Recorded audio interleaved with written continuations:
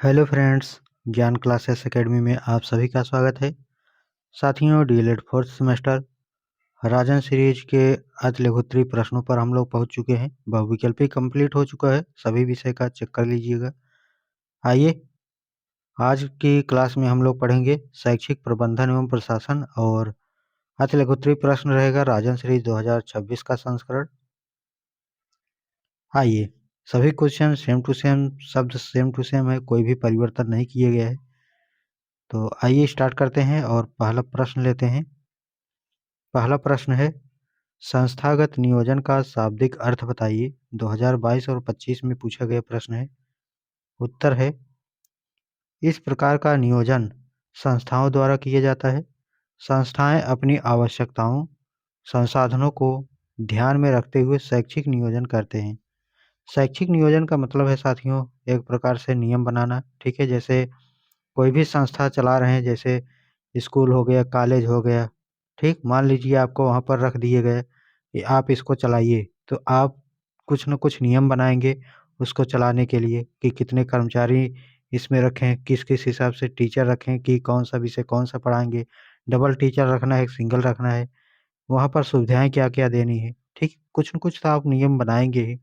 तो जो नियम बनाएंगे और उसको जो लागू कराएंगे, बस उसी को संस्थागत नियोजन कहते हैं। ठीक है।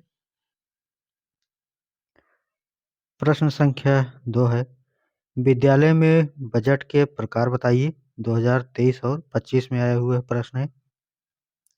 विद्यालय में दान, सरकारी फंडिंग, ट्यूशन और अनुदान से बजट बनाना चाहिए।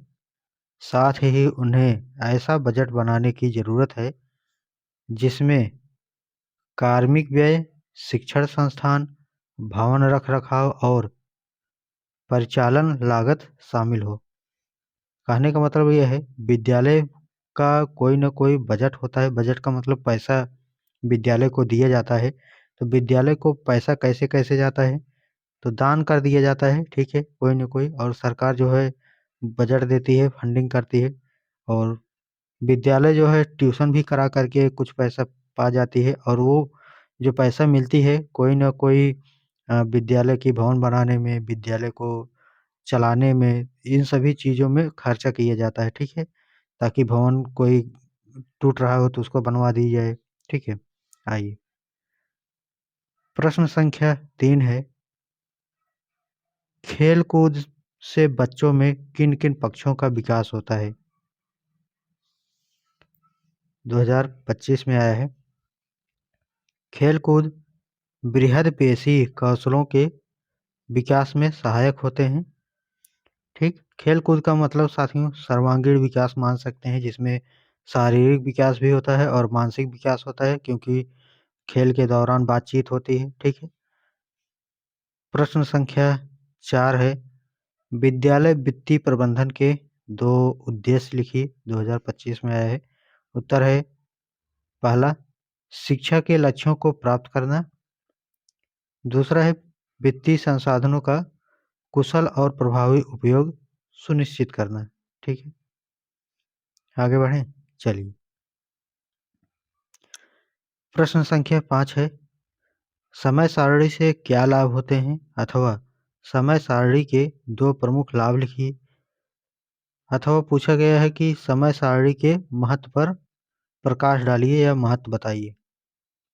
तो समय सारणी जानते ही हैं साथियों, किसी भी चीज़ों को सही ढंग से चलाने के लिए समय सारणी बना दी जाती है। आइए, पहला पॉइंट है इसमें, समय सारणी के द्वारा स्कूल में कौन कौन से विषय पढ़ाए जाते हैं। ठीक, इसका ज्ञान हो जाता है कि पहले क्लास में मैथ चलेगी, सेकंड में इंग्लिश चलेगी, कौन कौन से क्या सिस्टमेटिक ढंग से चलाने के लिए बनाया जाता है। दूसरा है, विद्यालयों में कितने अध्यापक हैं तथा कौन अध्यापक किस विषय को पढ़ाता है, इसका ज्ञान हो जाता है। ठीक है, तो इससे ये हो जाती है कि जैसे मान लीजिए 10 टीचर हैं और समय निर्धारित अगर नहीं किया गया है कितने बजे कौन पढ़ाएंगे, तो फिर दिक्कत हो जाएगी, बार बार दिक्कत होगी। पता लगेगा कि वो सोचेंगे कि इसमें इसमें ये गए हैं, पता लगा उसमें कोई गया ही नहीं है। तो इन सभी को सही से चलाने के लिए जो है समय सारणी बनाई जाती है। प्रश्न संख्या 6 है, पर्यवेक्षण का उद्देश्य बताइए। ठीक है। पर्यवेक्षण क्या होता है, आइए जानते हैं। पर्यवेक्षण का उद्देश्य कर्मचारियों की विशिष्ट शक्तियों और विकास के क्षेत्रों के अनुसार सीखने के अवसर तैयार करता है, जिससे जुड़ाव सुनिश्चित हो और प्रभाव अधिकतम हो। ठीक है, चलिए आगे बढ़ें। पर्यवेक्षण का मतलब ही होता है साथियों कि कोई भी कार्य है उसका जो है सही से देख रेख करना। जैसे कोई कर्मचारी हैं, उनका जो है पढ़ाई कैसे हो रही, कैसे नहीं हो पा रही, इन सभी को देखते हुए चलना, ताकि जो है प्रभावशाली बन पाए। ठीक है, आगे 7वां, राज्य परियोजना कार्यालय कहाँ स्थित है? राज्य परियोजना कार्यालय का स्थान राज्य के अनुसार बदलता है। उत्तर प्रदेश का राज्य परियोजना कार्यालय लखनऊ में है। प्रश्न संख्या 8 है, संस्थागत नियोजन की एक परिभाषा लिखिए।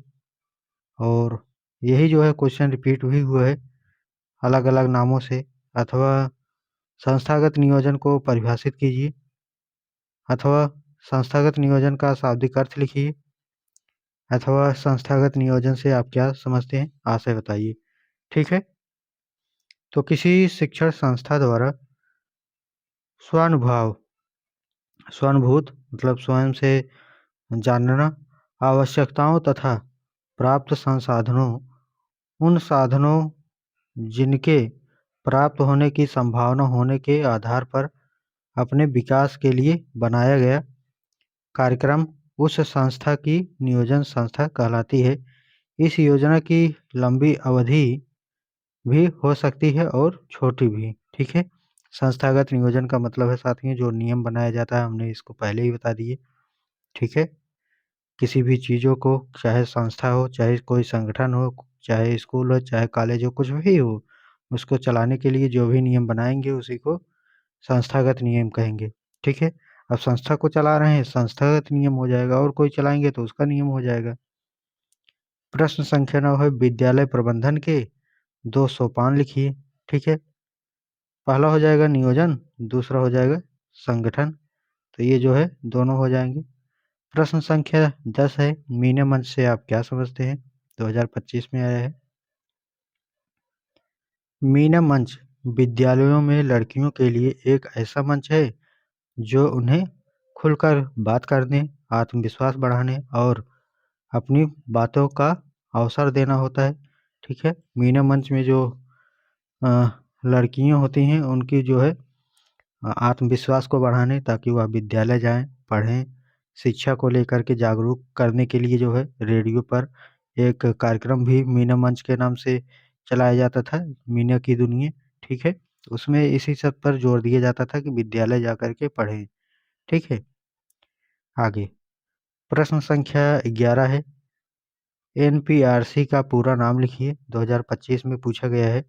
एनपीआरसी का पूरा नाम राष्ट्रीय कार्मिक रिकॉर्ड केंद्र, नेशनल पर्सनल रिकॉर्ड सेंटर है, जो अमेरिकी राष्ट्रीय अभिलेखागार और अभिलेख प्रशासन की एक एजेंसी है। ठीक, प्रश्न संख्या 12, मनोविज्ञान और निर्देशन विभाग मनोविज्ञानशाला उत्तर प्रदेश प्रयागराज के प्रमुख कार्य बताइए। और इसको इस प्रकार से भी पूछा गया है कि मनोविज्ञानशाला उत्तर प्रदेश के 2 कार्य बताइए। ठीक है, तो 2 कार्य कौन कौन से हो सकते हैं, आइए देख लेते हैं। एक होता है शैक्षिक निर्देशन देना। ठीक है, तो शिक्षा के क्षेत्र में निर्देश देना कि कैसे किस प्रकार से चलाया जाएगा।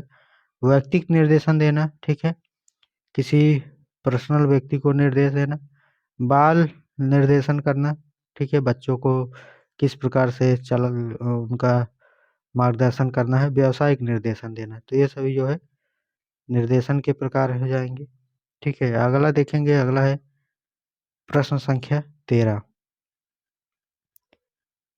जिले परियोजना कार्यालय के मुखिया के कार्य क्या हैं? तो उत्तर हो जाएगा जिला विकास योजना की देखभाल करना। दूसरा है बजट का प्रबंध करना तथा स्थानीय पंचायती राज संस्थानों के कामकाज का समन्वयन करना। ठीक, आइए प्रश्न संख्या 14 है, राष्ट्रीय शैक्षिक अनुसंधान और प्रशिक्षण परिषद का गठन किस वर्ष हुआ था? तो 1961 में हुआ था। आपको कुछ करने की ज़रूरत नहीं है, ठीक है। आराम से ईयरफोन लगाइए और सुनते जाइए, ठीक है। ज़्यादा जोर नहीं डालना है, आराम से, इसमें कुछ है नहीं, केवल एक बार सुने रहेंगे तो आराम से लिख पाएंगे। लेकिन हाँ, पूरा देखना ज़रूरी है, एक बार कंप्लीट पूरे ज़रूर देख लीजिएगा ताकि आपको पूरा पता रहे कि कहाँ से क्या है, क्वेश्चन आते ही दिमाग में आ जाए। ठीक, प्रश्न संख्या 15 है, उत्तर प्रदेश NCERT कहाँ स्थित है? तो लखनऊ में स्थित है। सीमैट का पूरा नाम क्या है? तो राज्य शैक्षिक प्रबंधन एवं प्रशिक्षण संस्थान है। सीमैट का गठन कब हुआ था? तो 1995 में हुआ था। राज्य शैक्षिक प्रबंधन एवं प्रशिक्षण संस्थान कहाँ स्थित है? तो इलाहाबाद प्रयागराज में स्थित है। अगला है प्रश्न संख्या 19, NPRC के प्रमुख को क्या कहा जाता है? तो संकुल प्रभारी कहा जाता है। प्रश्न संख्या 20 है, ग्राम शिक्षा समिति का अध्यक्ष कौन होता है? तो ग्राम प्रधान होता है। प्रश्न संख्या 20 है, ग्राम शिक्षा समिति का सचिव कौन होता है? तो प्रधानाध्यापक होता है। प्रश्न संख्या 22 है, उत्तर प्रदेश राज्य का शिक्षा संस्थान कहाँ स्थित है? तो प्रयागराज अर्थात इलाहाबाद में स्थित है। प्रश्न संख्या 23 है, शैक्षिक प्रशासन से आप क्या समझते हैं? तो उत्तर है, उपलब्ध संसाधनों का दक्षतापूर्वक तथा प्रभावपूर्ण तरीके से उपयोग करते हुए लोगों के कार्यों में समन्वय करना ताकि लक्ष्यों की प्राप्ति सुनिश्चित की जा सके। ठीक है, शैक्षिक प्रशासन का मतलब यह है साथियों कि जो शिक्षा के क्षेत्र में दक्षता पूर्वक, मतलब जो लक्ष्य बनाई गई है, उन लक्ष्य को प्राप्त करने के लिए जो तरीके या जो फैसले लिए जाते हैं, ठीक है, ताकि जो लक्ष्य है उसकी प्राप्ति की जा सके, ठीक है, उसी को शैक्षिक प्रशासन कहेंगे। ठीक है, आगे प्रश्न संख्या 24 है, आपदा प्रबंधन से आपका क्या आशय है अथवा आपदा प्रबंधन किसे कहते हैं? तो उत्तर हो जाएगा, अचानक होने वाली एक विध्वंसकारी घटना जिससे व्यापक जान माल की क्षति होती है, जैसे भूकंप आ गया, तो ये सभी जो है आपदा ही है। उस आपदा के कारण होने वाली हानि को कम करना और आने वाली आपदा से बचाव में किए जाने वाले प्रबंधन को आपदा प्रबंधन कहते हैं। ठीक है, जैसे भूकंप आ जाता है, एकाएक बारिश हुई, फसल डूब गया, तो ये सभी जो है आपदा प्रबंधन है और इन सभी चीज़ों को बचाना जो है आपदा प्रबंधन का कार्य होता है। ठीक है, मतलब इसको आपदा प्रबंधन कहेंगे, आपदा से बचाने के लिए जो तरीके आप आजमाएंगे। प्रश्न संख्या 25 है साथियों, और पूछा गया है ग्राम शिक्षा समिति का कोई एक कार्य बताइए। तो पहला पॉइंट है प्राथमिक विद्यालय की स्थापना। ठीक है, जो ग्राम की शिक्षा समिति होती है उनका कार्य होता है प्राथमिक विद्यालय की स्थापना करें और नियंत्रण एवं योजना प्रारूप बनाइए। ठीक है, कि नियंत्रण कैसे उस पर किया जाएगा, कैसे क्या नियम बनाया जाएगा, किस प्रकार से स्कूल कॉलेज चलेंगी। ठीक है, दूसरा है भवन निर्माण एवं अन्य प्रगति योजनाओं के विषय में जिला पंचायत को परामर्श देना। ठीक है, कोई भी और कोई प्रगति करना है, कोई कॉलेज स्कूल और बनाना है या कोई उसमें विकास करने की बातें हैं, ठीक है, तो वो जो है जिला पंचायत में, ठीक है, बता सकते हैं। प्रश्न संख्या 26 है, अभिलेख से आप क्या समझते हैं? तो अभिलेख वही होता है साथियों जो दस्तावेज होता है, जैसे अ, जो जो किताबें होती हैं जिसमें पूरी डायरी या जो भी कार्य होता है जो उसमें लिखा जाता है, वही जो है दस्तावेज होता है। तो आइए समझते हैं, ऐसे दस्तावेज जो अति महत्वपूर्ण लिखित जानकारी को समेटे हुए हों, जिस पर लिखित सूचना बहुत महत्व रखती हो, उसे अभिलेख कहा जाता है। ठीक है, तो अभिलेख का मतलब है जैसे साथियों क्या होती है, वहाँ पर लेखा जोखा वाला कार्य हो जाता है, वो डायरी हो जाती है। ठीक है। स्कूल की अटेंडेंस बच्चों वाली हो जाती है और जो भी पैसे खर्च होती है, बजट जो मिलता है उसका लेखा-जोखा जो रखा जाता है, ठीक है? तो इन सभी को अभिलेख कहा जाता है। आगे देखेंगे, अगला है प्रश्न संख्या 27। मानवीय संसाधनों से आपका क्या आशय है? ठीक है, तो उत्तर हो जाएगा मानवीय संसाधन में निम्न महत्वपूर्ण बिंदु हैं। कौन-कौन से हैं? पहला हो जाएगा शिक्षक, ठीक है। मानवीय संसाधन का मतलब है जो विद्यालय में पढ़ाने के लिए मेन इम्पोर्टेंट है, जिसे चलाने में आसानी हो, तो उन्हीं को जो है मानवीय संसाधन कहेंगे। जैसे अब शिक्षक, तो शिक्षक मानवीय संसाधन हो जाएँगे।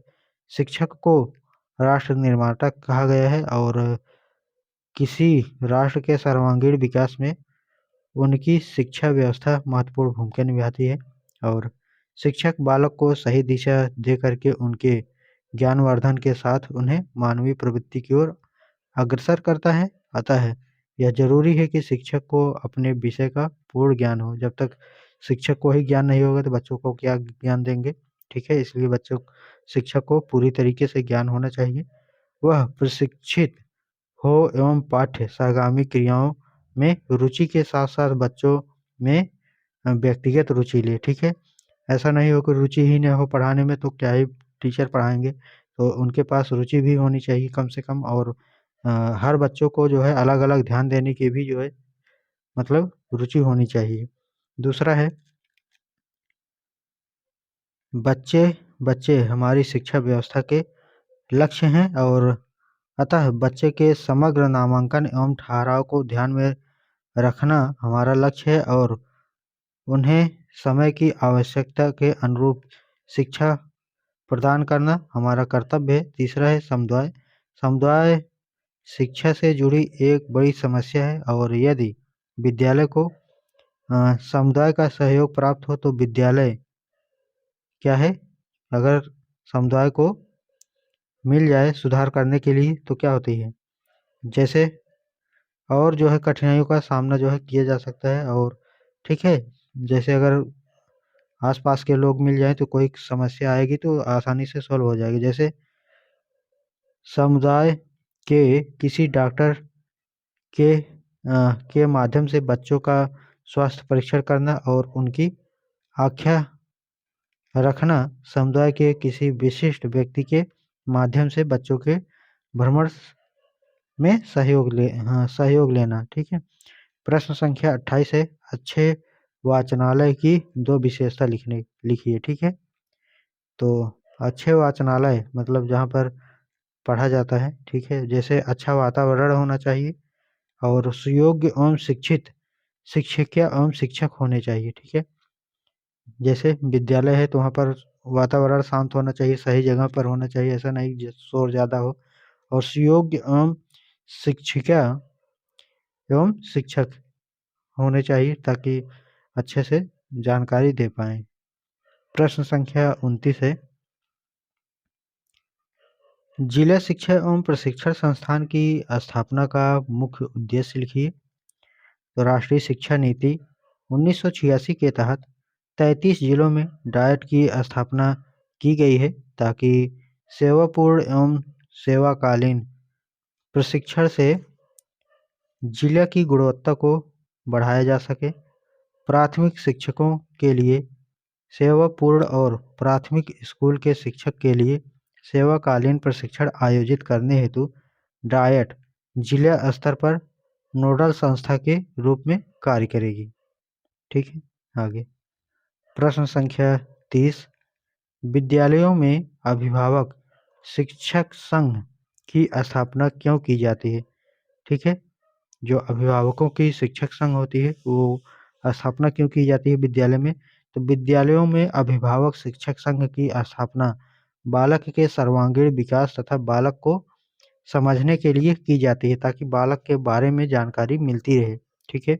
कितने पढ़े हैं, कितने नहीं पढ़े हैं, घर पर क्या कर रहे हैं, कितना खेल रहे हैं, ठीक है, होमवर्क पूरा हो रहा है कि नहीं हो रहा है, मतलब जानने के लिए ताकि बच्चों को जब पहले से ही टीचरों को पता होगा कि बच्चा क्या करता है, कैसे पढ़ता है, तो आज से आगे जो है ध्यान दे करके अच्छे से सुधारा जा सकता है, ठीक है।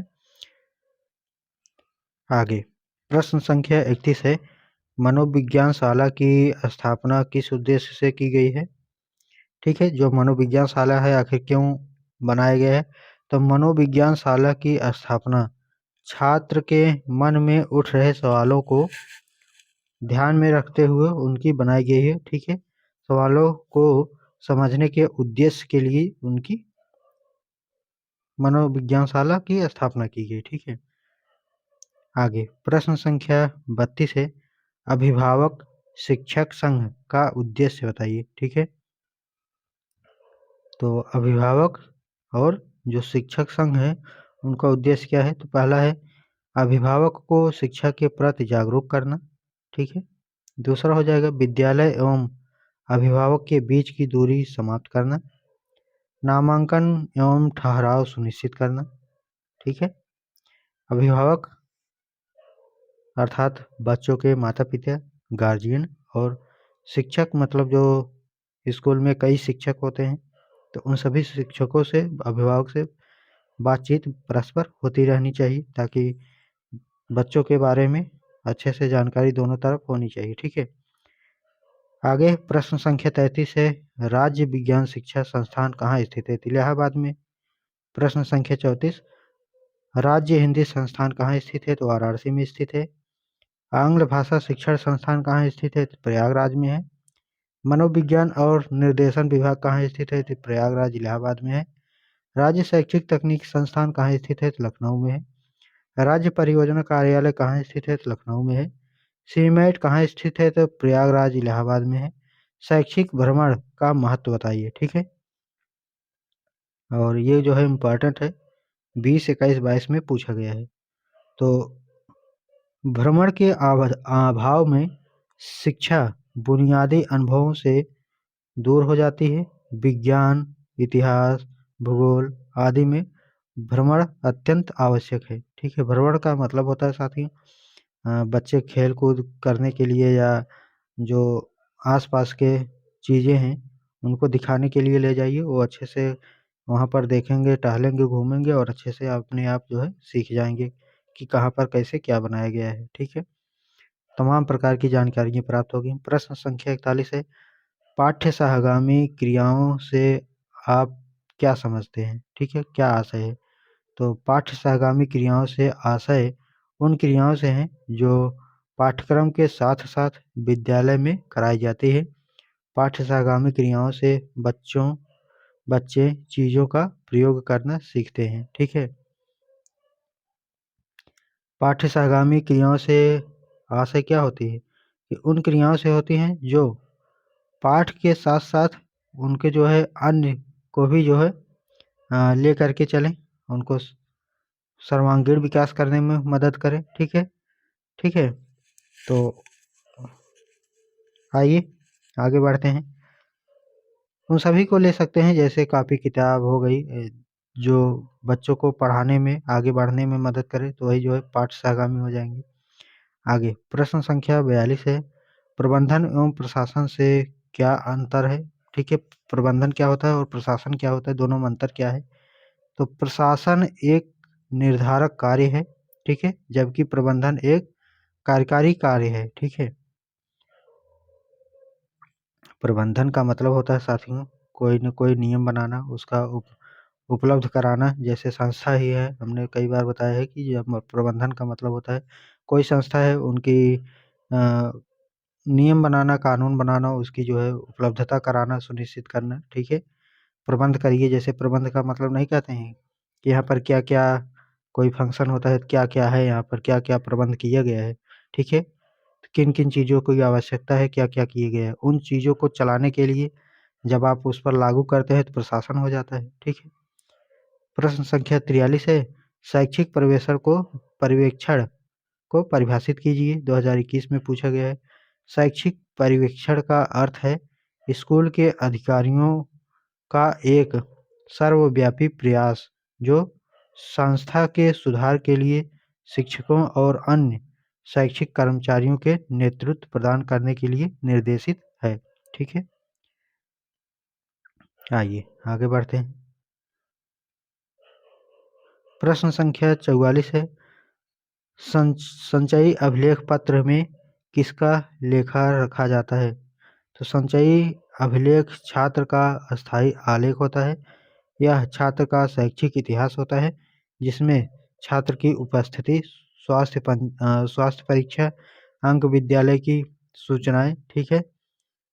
तो इन सभी जो है इसमें संचयी अभिलेख में रखा जाता है।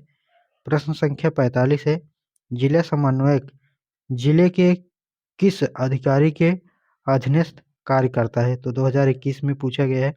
जिला अधिकारी डिस्ट्रिक्ट मजिस्ट्रेट या बेसिक शिक्षा अधिकारी के अधीनस्थ कार्य करता है, ठीक है। आगे है प्रश्न संख्या 46, डाइट के किन्हीं दो विभागों का नामोल्लेख कीजिए। तो पहला जो है हो जाएगा सेवापूर्ण शिक्षक प्रशिक्षण का विभाग, ठीक है। दूसरा हो जाएगा सेवारत शिक्षक शिक्षा विभाग। आगे प्रश्न संख्या 47 है, उत्तर प्रदेश शिक्षा अधिनियम कब से प्रभावी हुए? 2022 में आया है। 17 अगस्त 1972 से प्रभावी हुए, ठीक है।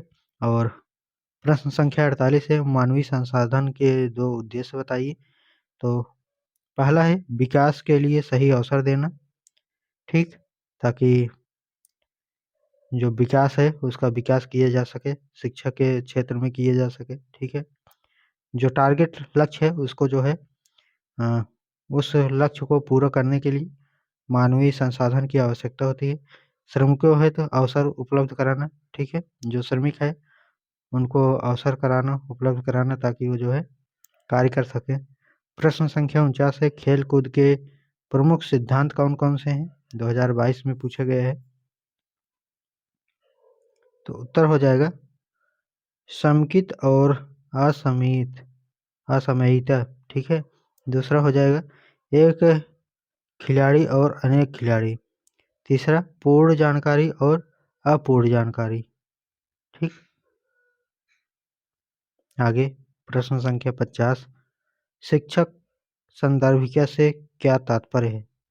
तो उत्तर है शिक्षक परियोजना परिषद लखनऊ द्वारा कक्षा 1 से 8 तक कक्षावार विषयवार शिक्षक संदर्भिकाओं का प्रकाशन किया जाता है। प्रश्न संख्या 51 है, खेलकूद से बच्चों में किन किन पक्षों का विकास होता है? तो सीधी सी बात, सर्वांगीण विकास होता है, जैसे शारीरिक हो गया, मानसिक हो गया, सामाजिक हो गया, चारित्रिक हो गया और राष्ट्रीयता हो गया। तो इन सभी को एक शब्दों में कहे तो सर्वांगीण विकास होता है, ठीक है। आगे है प्रश्न संख्या 52, शिक्षकों से संबंधित पंजिकाओं के नाम लिखिए। तो उत्तर हो जाएगा शिक्षकों की उपस्थिति रजिस्टर, वेतन रजिस्टर, मिड डे मील, ठीक है, जिसको पीएम पोषण योजना अब बोला जाता है, पत्र व्यवहार रजिस्टर, सेवा पुस्तिका। ये जो है शिक्षक से संबंधित पंजिका है। प्रश्न संख्या 53 है, वित्तीय अभिलेख कौन कौन से हैं? तो उत्तर हो जाएगा शुल्क एकत्रीकरण रजिस्टर, वेतन भुगतान रजिस्टर, रखाव register, cash book, mid day meal register. प्रश्न संख्या 55 है, बीआरसी तथा एनपीआरसी में क्या अंतर है? तो बीआरसी ब्लॉक स्तर पर और एनपीआरसी जो है न्याय पंचायत स्तर पर शैक्षिक गतिविधियां कराते हैं। आगे प्रश्न संख्या 55 है, अध्यापक अनुदान धनराशि का उपयोग कहाँ कहाँ किया जाता है?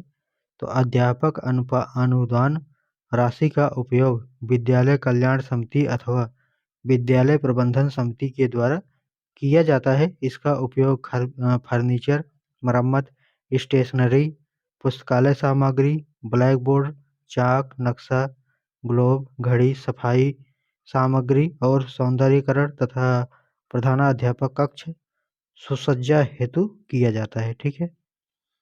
अनुदान का मतलब जो पैसा मिलता है विद्यालय को, ठीक है, तो इन सभी के लिए मिलता है। प्रश्न संख्या 56 है, उत्तर प्रदेश राज्य परियोजना कार्यालय का मुख्यालय है तो लखनऊ में है। प्रबंधन प्रक्रिया के अंग कौन कौन से हैं? तो नियोजन हो जाएगा, संगठन हो जाएगा, निर्देशन हो जाएगा, मूल्यांकन, नियंत्रण और सामंजस्य।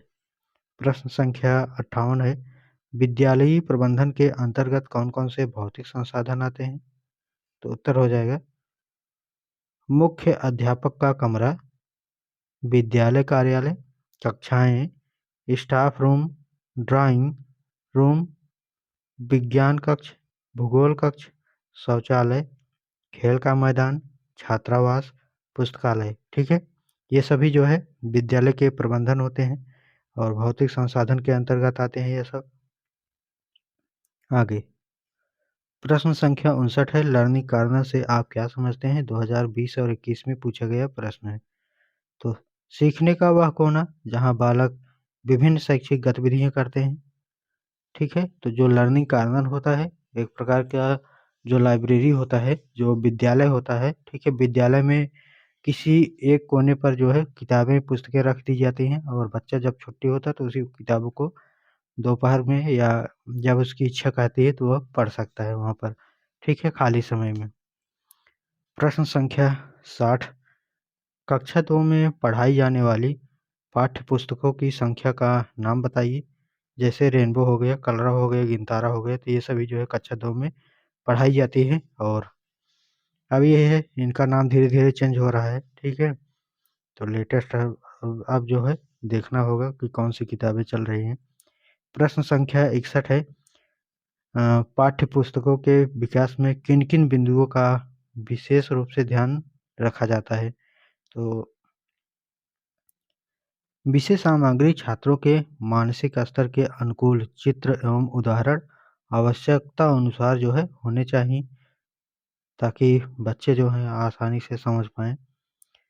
प्रश्न संख्या 62 है, सामान्य विद्यालय में कम से कम कौन-सी समय सारणी बनाई जाती है? तो उत्तर हो जाए कक्षानुसार, अध्यापकानुसार। प्रश्न संख्या 63 है, बच्चों से प्रोजेक्ट कार्य कराने की उपयोगिता बताइए। तो उत्तर है बालक को आत्म प्रेरित कर कार्य हेतु प्रोत्साहित करना। ठीक है, मतलब आत्म प्रेरित बच्चे अपने आप से स्वयं से प्रेरित हों और वह उस कार्य को करें जो प्रोजेक्ट दिया जाता है। बालकों में सृजनात्मक विकास के लिए ये कार्य को कराया जाता है। ठीक है, जैसे बच्चों को होमवर्क में प्रोजेक्ट कार्य दे दिया जाता है कि कल जो है गिनती सीखने के लिए 25 जो है तीलियों का या कौड़ियों का इकट्ठा करिएगा। तो वो जो है क्या करेंगे, एक-एक कौड़ियों को बिनेंगे, लेकर के जाएँगे। तो यहाँ से क्या है उनकी सृजनात्मकता का विकास होता है। ठीक है, धीरे-धीरे समझेंगे उसको। आगे है प्रश्न संख्या 64, समय सारणी क्यों बनाई जाती है? तो समय सारणी के द्वारा स्कूल में कम काम के घंटे, अवकाश के समय, विद्यालयी विषयों, शिक्षकों तथा उनके नाम, शिक्षकों के मध्य कार्य वितरण, विद्यालय परिसर में कक्षों की संख्या आदि का पता चलता है। ठीक है, प्रश्न संख्या 65 है, एनपीआरसी के 3 प्रमुख कार्य बताइए। तो एनपीआरसी के प्रमुख कार्य पहला है न्याय पंचायत के सभी स्कूलों में कम से कम 2 बार प्रभावी अध्यापक द्वारा पर्यवेक्षण एवं निरीक्षण का कार्य किया जाएगा। और दूसरा है यह केंद्र पंचायत स्तर पर शैक्षिक एवं शिक्षणोत्तर कार्यानुभवों गतिविधियों का केंद्र होगा। तीसरा है यह शिक्षकों के लिए कार्यशालाओं तथा गोष्ठियों का आयोजन स्थल होगा। आगे प्रश्न संख्या 66, खेलकूद के प्रमुख सिद्धांत कौन-कौन से हैं? तो उत्तर हो जाएगा खेलकूद के प्रमुख सिद्धांत के अंतर्गत पहला है प्रत्येक छात्र को खेलकूद का अवसर देना चाहिए। दूसरा है खेलकूद पर कुछ ही छात्रों का एकाधिकार नहीं होना चाहिए। ठीक है, सभी लोग वहाँ पर खेलें। प्रत्येक खेल के नियम का पालन करना चाहिए। ठीक है, और चौथा है कक्षावार छात्रों की प्रतियोगिता का आयोजन करना चाहिए। ठीक है, कक्षावार होना चाहिए, नहीं तो कोई कक्षा 1 में कक्षा 10 को मिला देंगे तो फिर उतना मतलब वो नहीं हो पाएगा। ठीक है, मतलब कक्षावार होना चाहिए। खेलकूद के आयोजन में मौसम का ध्यान रखना होता है, ठीक है, ध्यान रखा जाता है। और प्रश्न संख्या 67 देखेंगे, लोच का सिद्धांत क्या है? ठीक है, तो लोच का सिद्धांत क्या है? प्रबंध प्रबंध प्रबंधन एक साधन है, ठीक है, न कि साध्य है। इस साध्य के ऊपर अधिकार नहीं करना चाहिए। पाठ्यक्रम, अध्ययन विधि, समय सारणी वास्तव में विद्यालय प्रबंधन का प्रत्येक पक्ष इस साध्य के लिए लगा है, अतः यह उचित है कि प्रबंधन को लचीला रखा जाए। यही लोच का सिद्धांत है। आगे, मतलब सिस्टम को लचीला रखना है ताकि जो है आसानी से पढ़ाई हो सके। प्रश्न संख्या 68 है, कक्षा शिक्षण हेतु अति आवश्यक सामग्रियों का उल्लेख कीजिए। उत्तर है, बालक के अध्ययन हेतु फर्नीचर उपकरणों की भूमिका के अतिरिक्त अन्य सामग्रियों का भी विशेष महत्व होता है, जो इस प्रकार है।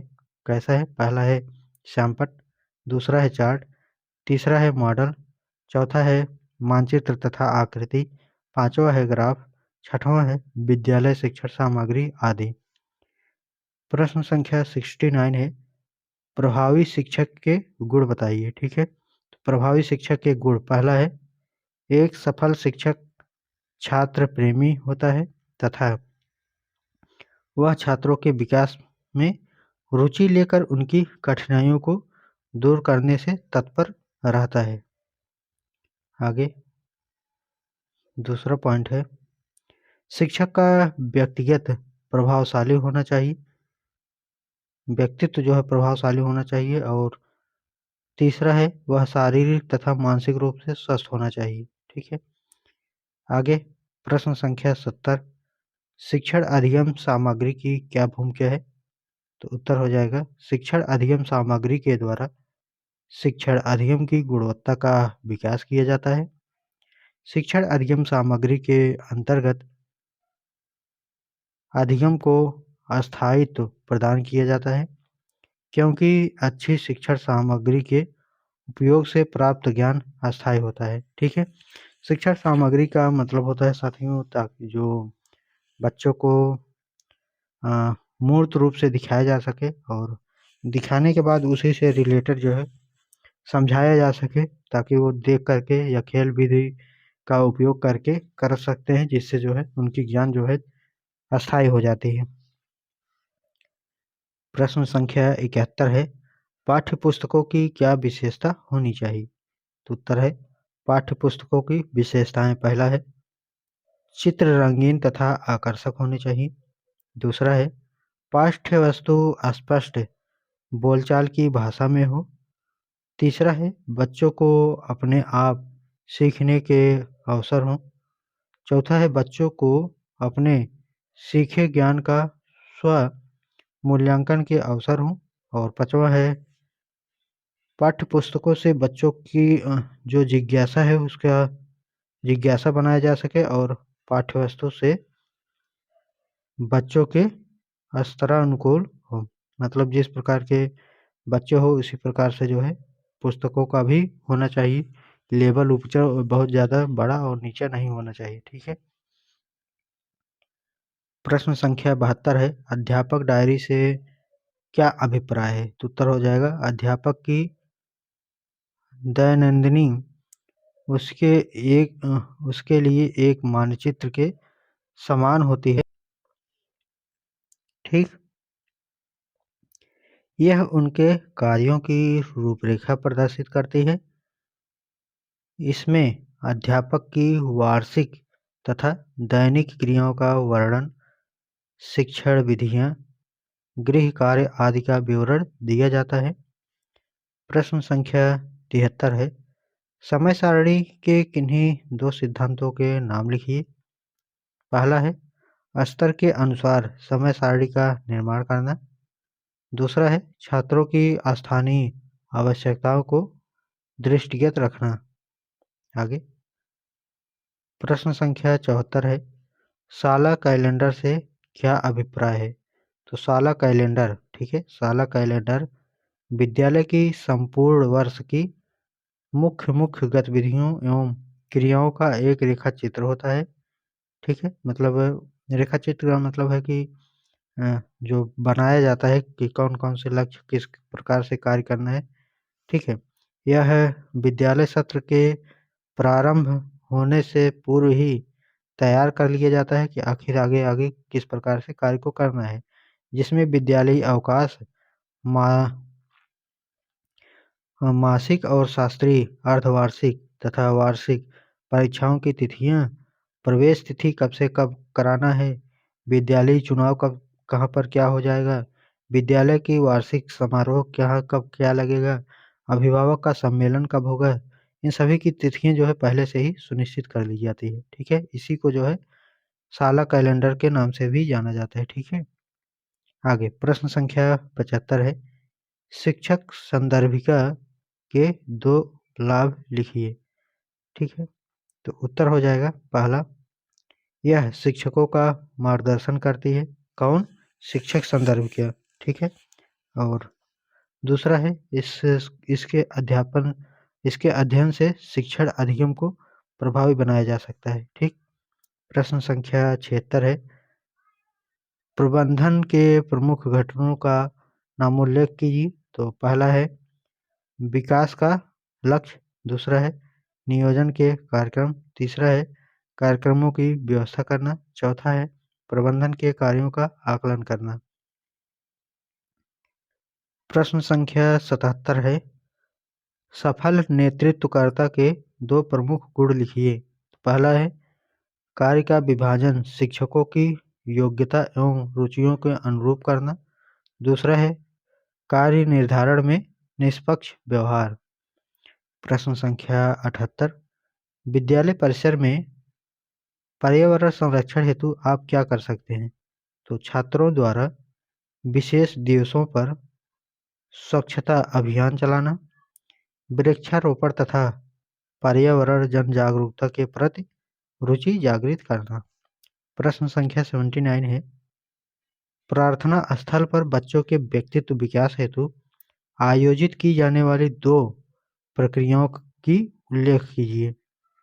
तो उत्तर है छात्रों के द्वारा प्रतिदिन की न्यूज दी जाए, छात्रों द्वारा प्रतिदिन एक उत्तम विचार प्रस्तुत किए जाए।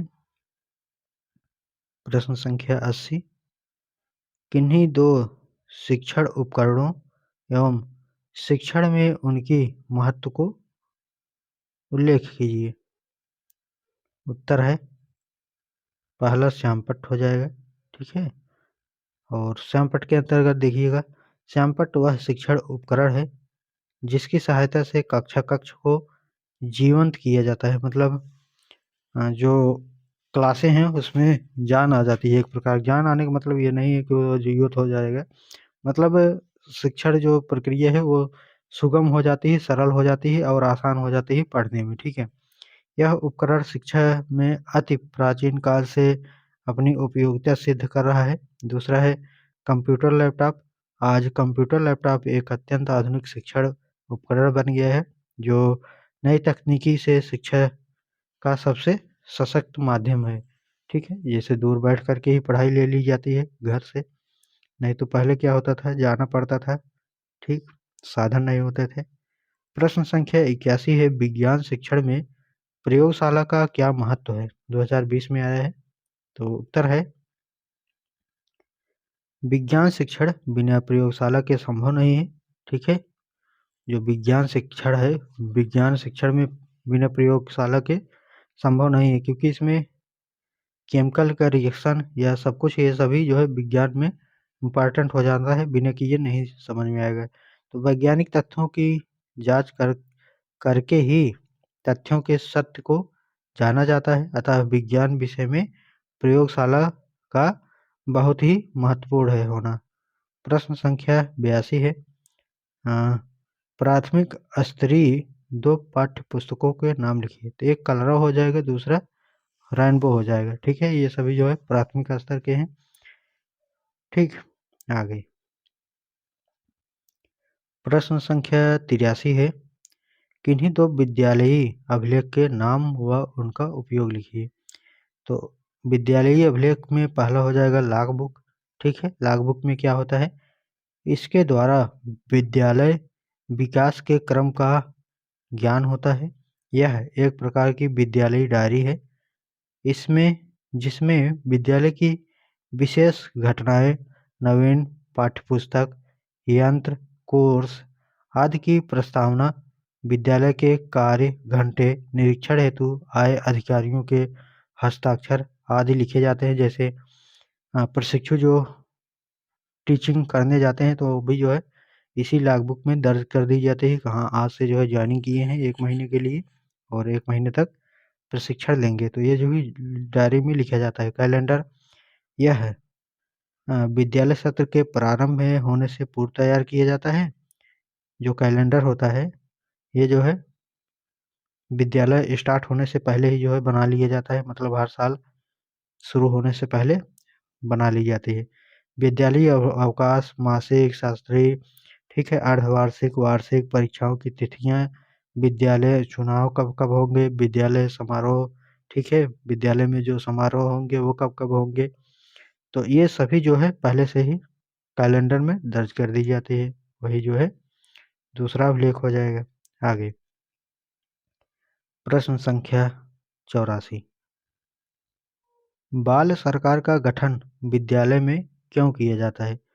बाल सरकार का गठन विद्यालयों में छात्रों को सामाजिक जीवन का परिचय देने के लिए किया जाता है। प्रश्न संख्या 85 है, एनसीईआरटी के कोई 2 कार्य बताइए। पहला हो जाएगा स्कूली शिक्षा के विभिन्न स्तरों का स्वरूप एवं स्तर मान निर्धारित करना। दूसरा हो जाएगा स्कूली शिक्षा के विभिन्न स्तरों के लिए पाठ्य पुस्तकों का निर्माण करना।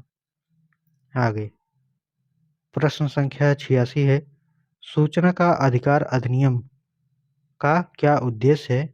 तो उत्तर हो जाएगा सूचना का अधिकार अधिनियम का उद्देश्य नागरिकों को सार्वजनिक सूचना उपलब्ध कराना, जिससे प्रशासन में पारदर्शिता आए, भ्रष्टाचार रुके तथा सरकार नागरिकों के प्रति जवाबदेही बने। ठीक है, अगला है प्रश्न संख्या 87, परिवीक्षण का क्या उद्देश्य है। ठीक है, तो पहला है शिक्षकों, छात्रों, कर्मचारियों की समस्याओं से परिचित होना तथा समाधान करना परिवीक्षण कहलाता है।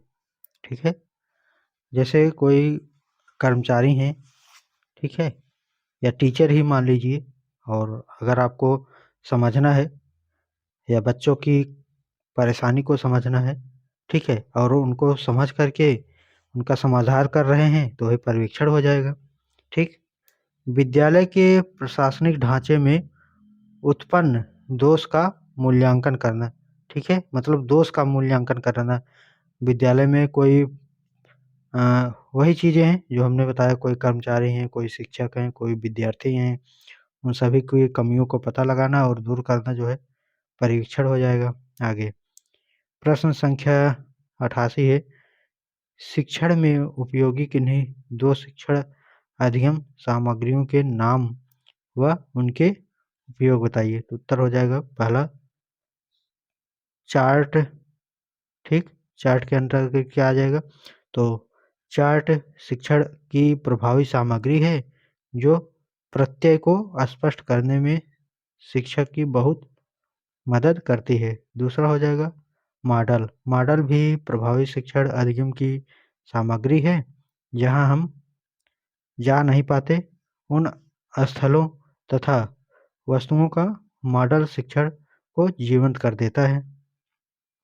आगे प्रश्न संख्या 89 है, राष्ट्रीय मुक्त विद्यालय शिक्षा संस्थान NIOS की स्थापना क्यों की गई है। ठीक है, तो जो राष्ट्रीय मुक्त विश्वविद्यालय है विद्यालय है, ठीक है, जिसको NIOS बोला जाता है, क्यों ये की गई थी। तो आइए, मुक्त अध्ययन प्रणाली तथा दूरस्थ शिक्षा के माध्यम से समाज के लाभ वंचित वर्गों को विद्यालयी शिक्षा के अवसर प्रदान करने के लिए राष्ट्रीय मुक्त विद्यालयी शिक्षा संस्थान खोला गया। मतलब जो विद्यालय पर नहीं जा सकते थे पढ़ने के लिए, उन सभी छात्रों के लिए ये NIOS क्या करती थी, तो दूर से ही जो है शिक्षा ग्रहण कर लिया जाता था, विद्यालय जाने की आवश्यकता नहीं होती थी। आगे प्रश्न संख्या 90 है, PTA अभिभावक शिक्षक संघ अथवा MTA मातृ शिक्षक संघ की बैठक कब सुनिश्चित की गई, तो प्रत्येक माह के किसी शनिवार या रविवार को जो है, ठीक है, ये की जाती है। तो प्रत्येक माह के मतलब, ठीक है, माह के लास्ट में शनिचर रविवार को बना कर दी जाती है। आगे प्रश्न संख्या 91, PTA एवं MTA के सदस्यों का वर्गीकरण कीजिए। तो अध्यक्ष अभिभावकों में से उपाध्यक्ष प्रधानाध्यापक तथा प्रधानाध्यापिका मंत्री या शिक्षक सदस्य।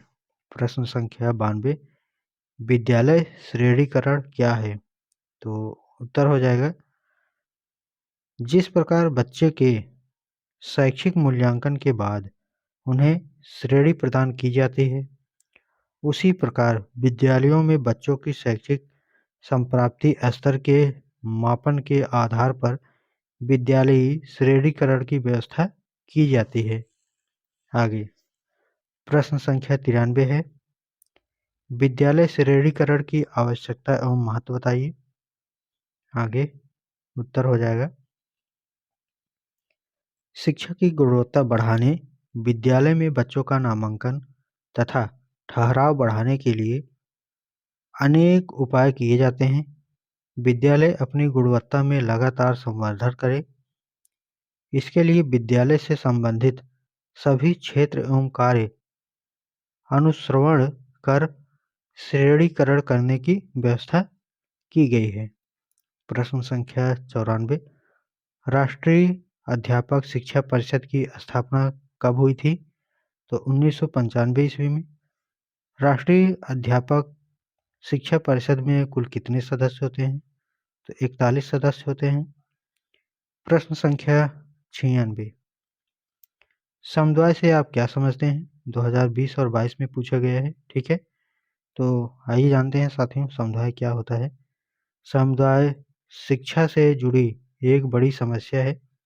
यदि विद्यालय को समुदाय का सहयोग प्राप्त हो तो विद्यालय और बच्चों से जुड़ी विभिन्न कठिनाइयों का सामना किया जा सकता है, जैसे समुदाय के किसी डॉक्टर के माध्यम से बच्चों का स्वास्थ्य परीक्षण करना और उनकी आख्या रखना, समुदाय के किसी विशिष्ट व्यक्ति के माध्यम से बच्चों के भ्रमण में सहयोग लेना आदि होता है।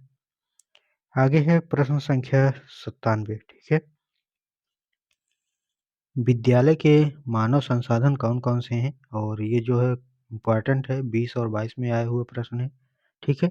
शिक्षक, छात्र, समुदाय, और ये जो है ऐसा क्वेश्चन है जो कहीं न कहीं ये आराम से लिख सकते हैं, ठीक है। ये शब्द ज़रूर उसमें डाल सकते हैं, कहने का मतलब ये कॉमन जो है इसका जो सब्जेक्ट है इससे रिलेटेड, ठीक।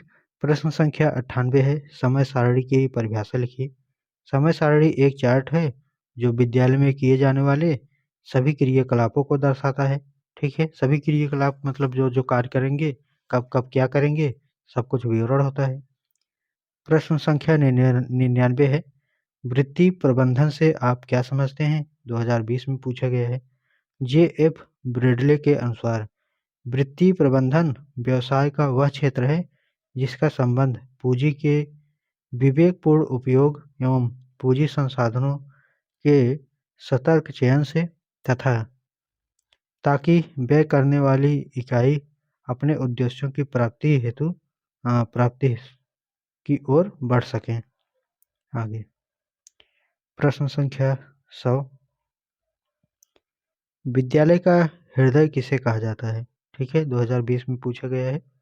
उत्तर है, विद्यालय का हृदय पुस्तक व विद्यालय को कहा जाता है, ठीक है। आगे प्रश्न संख्या 101 है, विद्यालय संगठन का क्या उद्देश्य है? ठीक है, उत्तर हो जाएगा विद्यालय संगठन का उद्देश्य बालकों को ऐसे अवसर प्रदान करना जिनमें उनकी समस्त जन्मजात शक्तियों का सामंजस्यपूर्ण विकास संभव हो सके और इसके अतिरिक्त उनकी मूल प्रवृत्तियों का उपयोग तथा शोधन एवं रुचियों का स्वास्थ्य प्रकाशन परिष्करण हो सके। विद्यालय संगठन का मुख्य उद्देश्य शारीरिक, मानसिक, चारित्रिक तथा सामाजिक गुणों का विकास करना होता है। ठीक है। प्रश्न संख्या 102, ग्राम शिक्षा समिति क्या है? 2020 में ये पूछा गया था। तो उत्तर है, शिक्षा को समुदाय से जोड़ने के लिए ग्रामीण क्षेत्रों में ग्राम शिक्षा समितियों का गठन किया गया है। प्रत्येक ग्राम सभा स्तर पर ग्राम शिक्षा समिति का गठन किया जाता है। ग्राम सभा का प्रधान इस समिति का अध्यक्ष होता है। प्रश्न संख्या 103 है, विद्यालय अभिलेख के प्रकार बताइए। 2020, 21, 22 में पूछा गया है। तो उत्तर हो जाएगा विद्यालय अभिलेख के प्रकार। पहला है सामान्य अभिलेख, दूसरा है अध्यापकों से संबंधित अभिलेख, तीसरा है विद्यार्थियों से संबंधित अभिलेख और चौथा है उपकरण संबंधित अभिलेख और पांचवा है वित्तीय अभिलेख। ठीक है। आगे प्रश्न संख्या 104 है, संस्थागत नियोजन एवं प्रबंधन के महत्व पर प्रकाश डालिए। और ये जो है क्वेश्चन इम्पॉर्टेंट है क्योंकि 2 बार ये पूछा जा चुका है। और तो उत्तर हो जाएगा पहला पॉइंट, संस्था के लक्ष्यों के निर्धारण में सहायता मिलती है। दूसरा है निर्धारित लक्ष्यों की समय सीमा के अंदर पूर्ति संभव है। तीसरा है संस्था की आवश्यकताओं की पहचान व उनकी पूर्ति करना संभव होता है।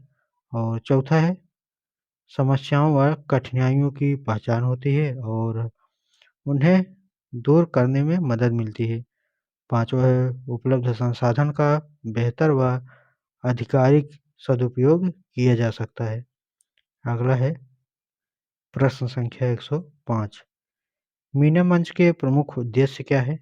ये काफ़ी इम्पोर्टेंट क्वेश्चन है। ठीक है। तो उद्देश्य बालिकाओं को शिक्षा के प्रति जागरूक करना, बालिकाओं में शिक्षा के प्रति लालक और चेतना का विकास करना। आगे प्रश्न संख्या 106 है, मानवीय प्रबंधन के प्रमुख घटक बताइए। 2023 में आया हुआ प्रश्न है। तो उत्तर हो जाएगा विद्यालयों में मानवीय प्रबंधन के प्रमुख घटक निम्नलिखित हैं।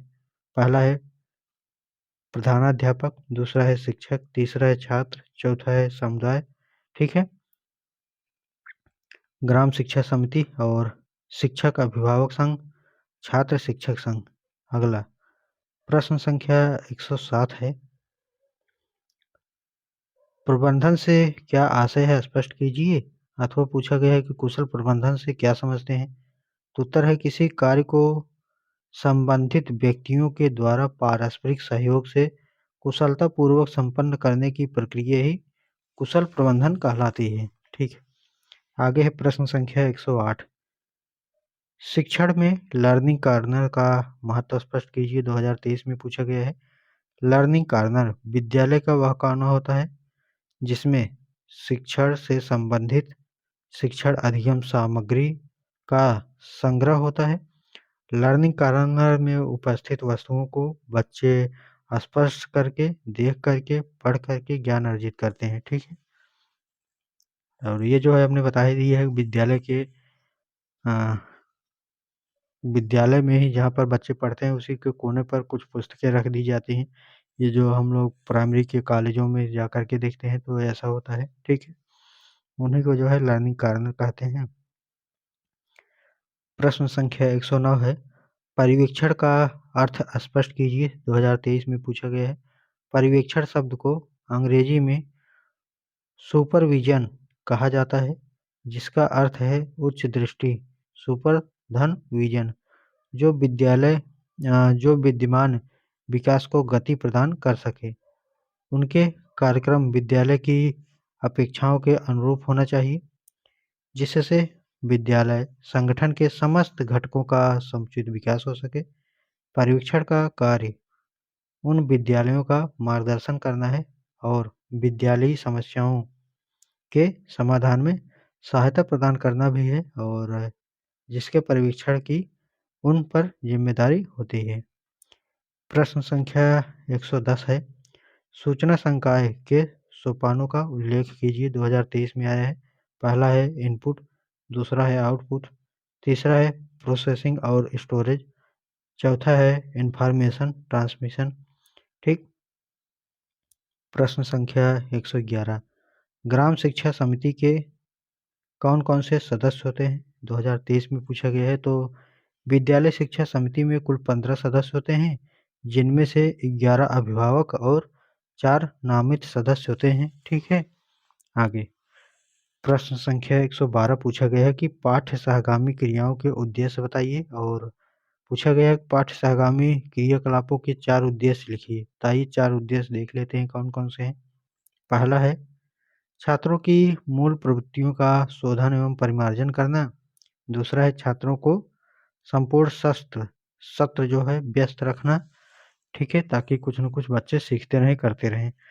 छात्रों में नागरिक गुणों का विकास करना हो, और छात्रों के सामाजिक भावना का भी विकास करना होता है। सामाजिक, मानसिक, ठीक, भावनात्मक।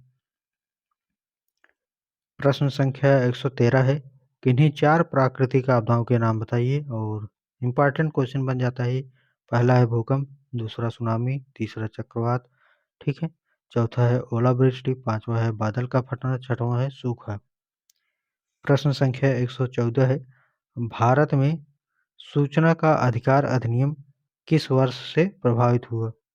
21 और 23 में पूछा गया प्रश्न है। सूचना का अधिकार अधिनियम 12 अक्टूबर 2005 से लागू हो गया। आइए प्रश्न संख्या 115 है, डायट मेंटर कौन होते हैं, अथवा डायट मेंटर के 2 कार्य लिखिए। तो उत्तर हो जाएगा कक्षा कक्ष में स्वयं पढ़कर सीधे सहायक और मार्गदर्शक बनकर शिक्षण संबंधित निम्नलिखित कठिनाइयों का निस्तारण करते हैं। और पहला है विद्यालय भ्रमण द्वारा अनुभूति कठिनाइयों का संकलन तथा उनका विश्लेषण करते हैं। तत्पश्चात इनके समाधान के लिए उपाय करते हैं। दूसरा है खेल गतिविधियों तथा शिक्षण सामग्री के प्रयोग को सुनिश्चित करते हैं। प्रश्न संख्या 116 है, प्रारंभिक शिक्षा के क्षेत्र में कौन राष्ट्रीय अभिकरण है? 2023 में आए हुए प्रश्न है। तो उत्तर हो जाएगा राष्ट्रीय शैक्षिक अनुसंधान एवं शिक्षण परिषद, NCERT। आइए अगला है प्रश्न संख्या 117, और पूछा गया है कि राज्य स्तर पर कार्य करने वाले किन्हीं 2 अभिकारणों पर संक्षिप्त टिप्पणी कीजिए। 2020 में पूछा गया है। तो शिक्षा के अभिकरण में 2 स्वरूप हैं। पहला है परिवार, समाज और समुदाय। ठीक, समुदाय भी एक अभिकरण है, तथा सभी तरह के विद्यालय दूसरे अभिकरण हैं। औपचारिक शिक्षा दूसरे अभिकरण तथा अनौपचारिक शिक्षा प्रथम अभिकरण है। अभिकरण में आजीवन मिलती है। और ये जो है 100 प्रश्न 18 है। पूछा गया है कि विद्यालय में खेल के मैदान का क्या महत्व है, समझाइए। ठीक है, तो उत्तर हो जाएगा खेल के मैदान सभी उम्र के बच्चों के लिए शारीरिक विकास को प्रोत्साहित करने के लिए अलग-अलग अवसर प्रदान कर सकते हैं। उदाहरण के लिए स्लाइड और झूले संतुलन और समन्वय को बढ़ावा देते हैं। चढ़ाई वाले फ्रेम उनकी मांसपेशियों को मजबूत करते हैं, और स्पर्श पैनल हाथ आँख के कौशल के साथ मदद करते हैं। आगे है प्रश्न संख्या 119 साथियों, और वीडियो को सभी साथियों तक शेयर कर दीजिएगा। आइए आगे बढ़ते हैं। प्रश्न संख्या 119, महिला प्रेरक दर को परिभाषित कीजिए। 2022 में पूछा गया है। महिला प्रेरक समूह को संवेदनशील बनाने, अपने व्यक्तियों एवं दायित्वों के प्रति जागरूक करने के लिए यह प्रशिक्षण मॉडल के रूप में तैयार किया जाता है। महिलाओं के नेतृत्व क्षमता व कौशल के विकास के लिए बालक बालिकाओं में विभेदन की विचारधारा को समाप्त करने के लिए। प्रश्न संख्या 120 है, राज्य शिक्षा संस्थान के कार्यों को बताइए। ठीक है, तो उत्तर हो जाएगा समितियों तथा परिषदों का निर्माण, शिक्षा के उद्देश्यों का निर्माण करने, पाठ्यक्रमों की रचना करने तथा परीक्षा लेने एवं शिक्षा से संबंधित अन्य कार्यों को करने के लिए राज्य विभिन्न स्तरों पर राज्य कर्मचारियों तथा जनता के प्रतिनिधियों के सहयोग से विभिन्न परिषदों एवं समितियों का निर्माण करता है। ठीक है, आगे है प्रश्न संख्या 121, उत्तर प्रदेश बेसिक शिक्षा परिषद के 2 कार्य बताइए। ठीक है, तो उत्तर हो जाएगा बेसिक शिक्षा परिषद बेसिक प्राथमिक विद्यालयों के अध्यापकों की नियुक्ति, स्थानांतरण एवं तैनाती नियंत्रण करती है, विद्यालय समय अवधि निर्धारित करती है तथा प्रदेश में बेसिक प्राथमिक शिक्षा प्रदान करने वाले निजी विद्यालयों को मान्यता देती है। प्रश्न संख्या 122 है, टीईटी का पूरा नाम क्या है? तो उत्तर हो जाएगा शिक्षक पात्रता परीक्षा, टीचर एलिजिबिलिटी टेस्ट। आगे प्रश्न संख्या 123 है, स्कूल चलो अभियान किस वर्ष उत्तर प्रदेश में लागू किया गया था? तो ये जो है लागू किया गया था 2001 से 2002 में। प्रश्न संख्या 124 है, सर्व शिक्षा अभियान का गठन किस वर्ष हुआ था? तो ये जो है 2001 में सर्व शिक्षा अभियान का गठन किया गया था। अगला है प्रश्न संख्या 125, छात्रों से संबंधित विद्यालय अभिलेखों का नाम बताइए। तो छात्रों से संबंधित विद्यालय अभिलेख है, पहला है एमडीएम पंजिका, दूसरा है छात्र उपस्थिति का पंजिका, तीसरा है यूनिफॉर्म वितरण पंजिका, चौथा है छात्रवृत्ति वितरण पंजिका, पांचवा है निःशुल्क पुस्तक वितरण पंजिका। ठीक, आगे प्रश्न संख्या 126 है, विद्यालय प्रबंधन से संबंधित किन्हीं 3 समितियों के नाम बताइए। तो पहला हो जाएगा ग्राम शिक्षा समिति, दूसरा हो जाएगा शिक्षक अभिभावक संघ, तीसरा हो जाएगा मातृ शिक्षक संघ। और प्रश्न संख्या 127 है, विद्यालय विकास अनुदान के लिए कितनी धनराशि वार्षिक देय है? तो प्राथमिक विद्यालय के लिए 5,000 वार्षिक, उच्च प्राथमिक विद्यालय के लिए 7,000 वार्षिक। ठीक है, अनुदान मिलती है ताकि जो है जो भी कोई फंक्शन हो उस फंक्शन में लगाया जा सके, कोई भी टीएलएम खरीदना हो तो उसके लिए भी जो है अलग से अनुदान मिलती है।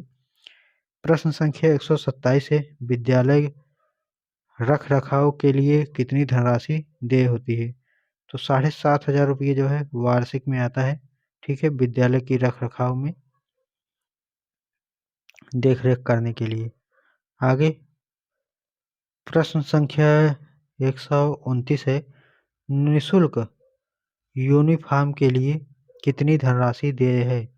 तो 4,000 प्रति छात्र। ठीक है, प्रति वर्ष जो है निःशुल्क यूनिफॉर्म के लिए प्रत्येक बच्चे को एक जोड़ी गणवेश दिया जाता है। ठीक है, मतलब सब कुछ जो है जूते चप्पल से लेकर के यूनिफॉर्म तक दी जाती है। ठीक है, प्रश्न संख्या 130 है, टीएलएम के लिए प्रत्येक विद्यालय के प्रत्येक शिक्षक को कितनी धनराशि दी जाती है? तो 500 रुपये टीएलएम के लिए दिया जाता है। ठीक, आगे है प्रश्न संख्या 131, अनुसूचित जाति जनजाति अन्य पिछड़े वर्ग के बच्चों के छात्रवृत्ति के रूप में कितनी धनराशि दी जाती है? तो कक्षा 1 से 5 तक 300 रुपये वार्षिक, कक्षा 6 से 8 तक 450 रुपये वार्षिक।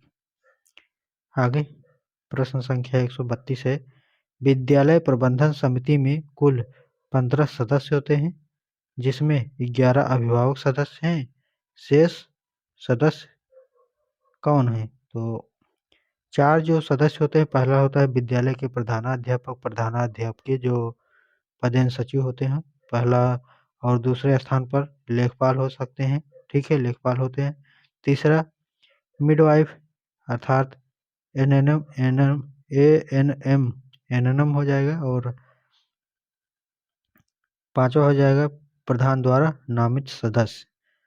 प्रश्न संख्या 133 है, विद्यालय प्रबंधन समिति में कितनी प्रतिशत महिलाएं होनी चाहिए? तो 50% जो है यहाँ पर महिलाएं होनी चाहिए, ठीक। प्रश्न संख्या 134 है, विद्यालय प्रबंधन समिति में अभिभावक सदस्यों का आरक्षण बताइए। तो विद्यालय प्रबंधन समिति में 50% महिलाएं होनी चाहिए। एक सदस्य अनुसूचित जाति, अनुसूचित जनजाति, अन्य पिछड़ा वर्ग तथा कमजोर वर्ग के बालक के माता पिता अभिभावक के सदस्य होने चाहिए, ठीक। प्रश्न संख्या 135 है, विद्यालय प्रबंधन समिति का कार्यकाल कितने वर्ष होता है? तो विद्यालय प्रबंधन समिति का कार्यकाल 2 वर्ष का होता है। प्रश्न संख्या 136 पूछा गया है, आरटीई अधिनियम कब बना? तो 2009 में बना था आरटीई अधिनियम। प्रश्न संख्या 137, आरटीई 2009 निःशुल्क शिक्षा और अनिवार्य शिक्षा का अधिकार अधिनियम उत्तर प्रदेश में कब लागू हुआ? तो जुलाई 2011 में लागू हुआ।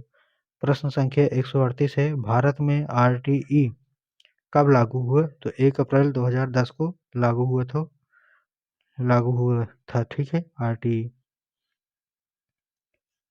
प्रश्न संख्या 139 है, आरटीई 2009 के अनुसार एक शैक्षिक सत्र में कितने कार्य दिवस निर्धारित किए गए हैं? तो प्राथमिक विद्यालय हेतु 200 कार्य दिवस और उच्च प्राथमिक हेतु के लिए 220 कार्य दिवस, ठीक।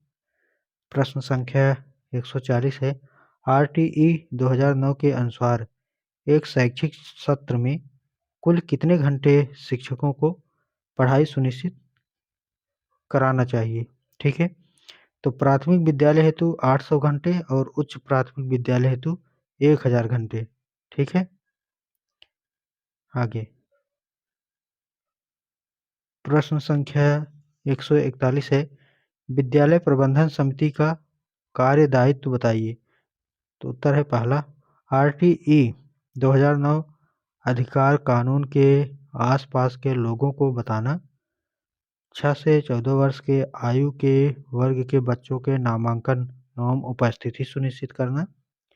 तीसरा है, सभी अध्यापक और छात्र विद्यालय समय पर नियमित रूप से आएं, यह सुनिश्चित करना। उपस्थिति और सीखने की प्रगति के बारे में शिक्षक एवं छात्र को बताना।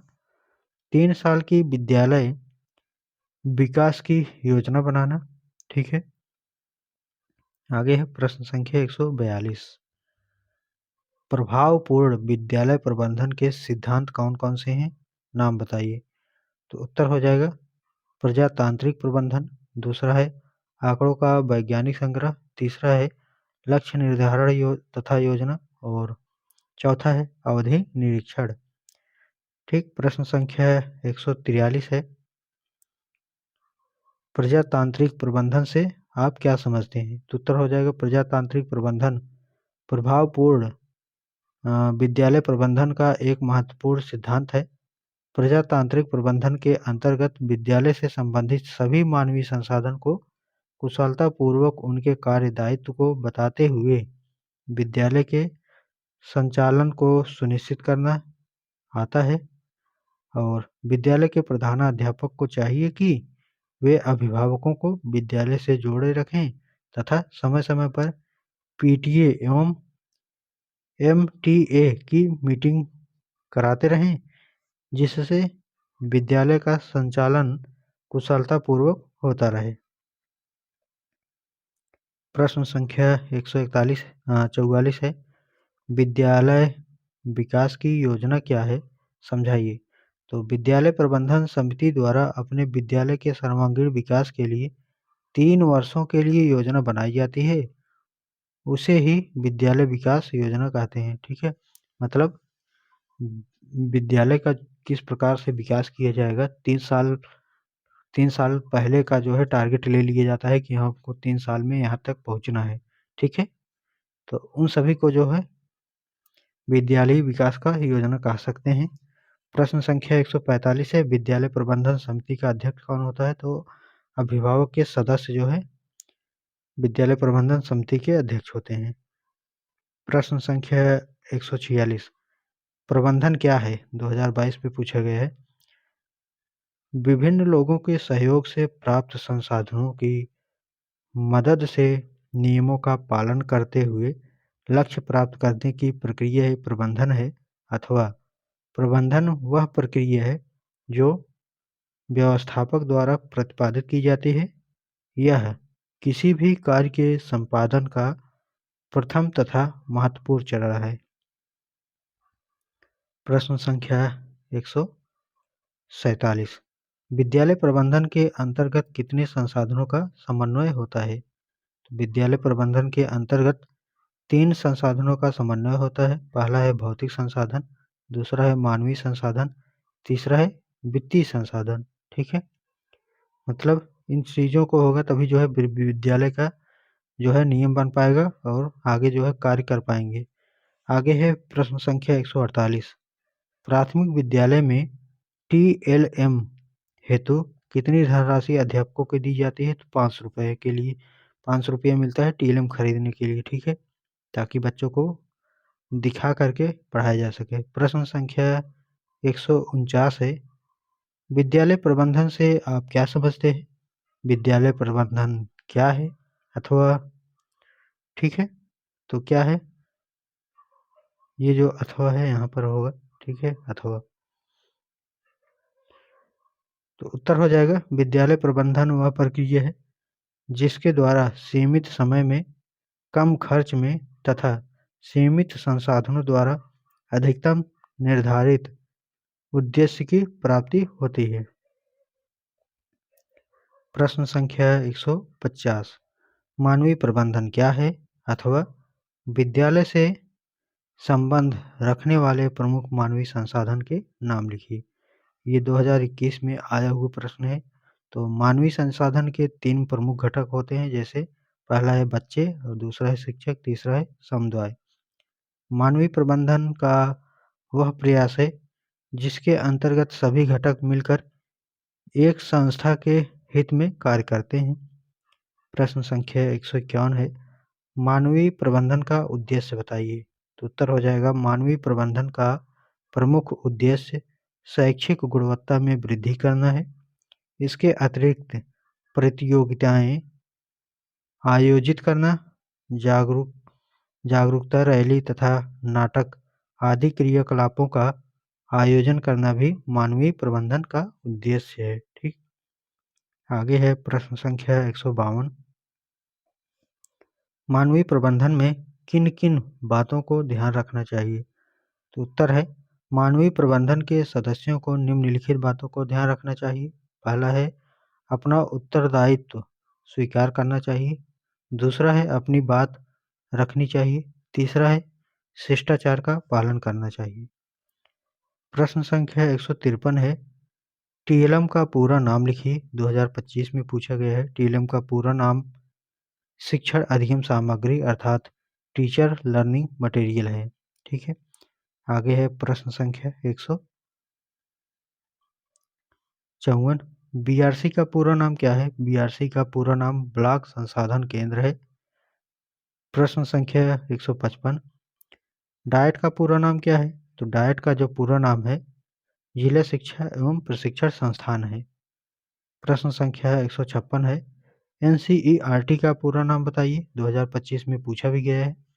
तो NCERT का पूरा नाम राष्ट्रीय अध्यापक शिक्षा परिषद national council of teacher education है। आगे है प्रश्न संख्या 157, उच्च अध्ययन शिक्षा संस्थान कहाँ स्थित है? प्रयागराज में। प्रश्न संख्या 158, NCERT का पूरा नाम बताइए। तो 2022 में आया है राष्ट्रीय शैक्षिक अनुसंधान परिषद, ठीक? अनुसंधान और प्रशिक्षण परिषद। प्रश्न संख्या 159 एनसीईआरटी का पूरा नाम बताइए। तो राष्ट्रीय शैक्षिक अनुसंधान और प्रशिक्षण परिषद। प्रश्न संख्या 160 राज्य शैक्षिक अनुसंधान और प्रशिक्षण परिषद का गठन किस वर्ष हुआ था? तो 1981 ईस्वी में हुआ था। वीडियो को साथियों सभी के पास शेयर कर दीजिएगा, ठीक है। और पहली बार आए तो सब्सक्राइब करके रखिएगा। आइए आगे बढ़ते हैं। और पूरा क्वेश्चन जो है साथियों 160 क्वेश्चन था, तो समाप्त हो गया टोटल। चैनल ज्वाइन कर सकते हैं ज्ञान क्लासेस अकेडमी, ठीक है। टेलीग्राम, इंस्टाग्राम, फेसबुक कहीं पर भी जो है सर्च करेंगे तो मिल जाएंगे, तो फॉलो कर सकते हैं। मिलते हैं नेक्स्ट विषय को लेकर के।